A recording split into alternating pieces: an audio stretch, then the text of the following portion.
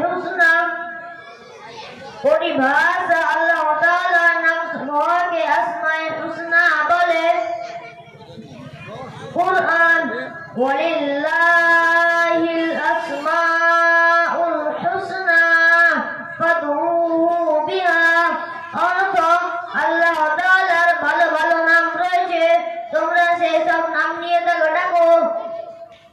হাদিস, নবী সাল্লাল্লাহু আলাইহি ওয়াসাল্লাম বলেছেন, নিঃসন্দেহে আল্লাহ তাআলার 99টি নাম রয়েছে। যে ব্যক্তি আল্লাহ তাআলার নামসমূহকে মুখস্থ করবে সে জান্নাতে প্রবেশ করবে। আল্লাহ তাআলার গুণবাচক নামসমূহের মধ্যে অলৌকিক ক্ষমতা ও প্রভাব রয়েছে এবং ওই সমস্ত নাম মুখস্থ করার ব্যাপারে হাদিসে অনেক ফজিলতের কথা এসেছে এবং ওই সমস্ত নামসমূহকে পড়ে প্রার্থনাকৃত দোয়া অবশ্য কবুল হয়ে থাকে।